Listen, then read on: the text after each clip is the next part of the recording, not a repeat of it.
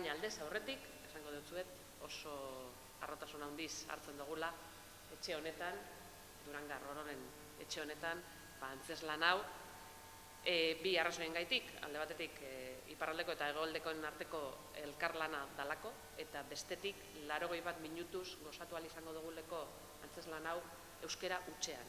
Eta hori, bi Durangarrek egina, guztiz ohoretsua da, niri moduko alkate batentzat. Eta orduan, koro hortan edo, agertzen diren personaia hoien funtzioak edo karakterrak edo arketipoak edo hauek izango dira, ezta?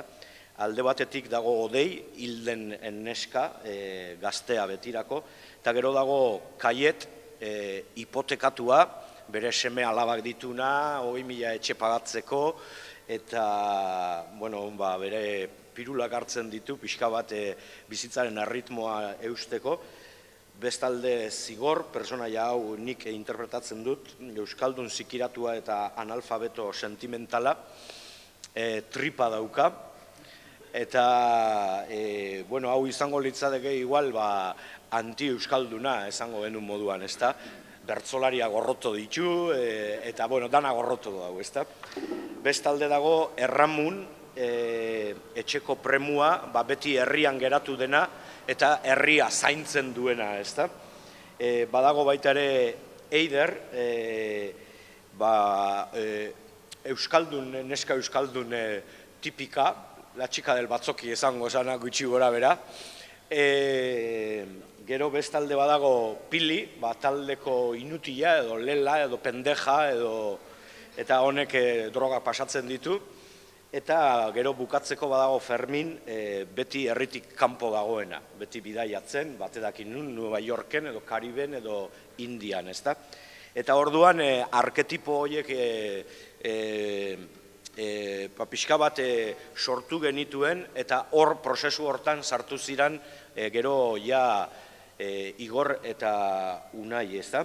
Baina, dialogoek egiten ipinen zarenien, personajietan sartzen zara apurke, personajietan sartzen zarenien maminien sartzen zara, eta, gure proposamenetara zabalik egon ziren hasieratik, eta uste dut azkenien, emaitza interesgarrizek urten dauela, 6 personaje horren bidez, Inigo esan dago moen, gure belaunaldi zen, gure belaunaldiko euskaldun batzuen retratu egiten dugule, personajeetatik aparte esango neuke gai pilo bat zeharkatzen diela,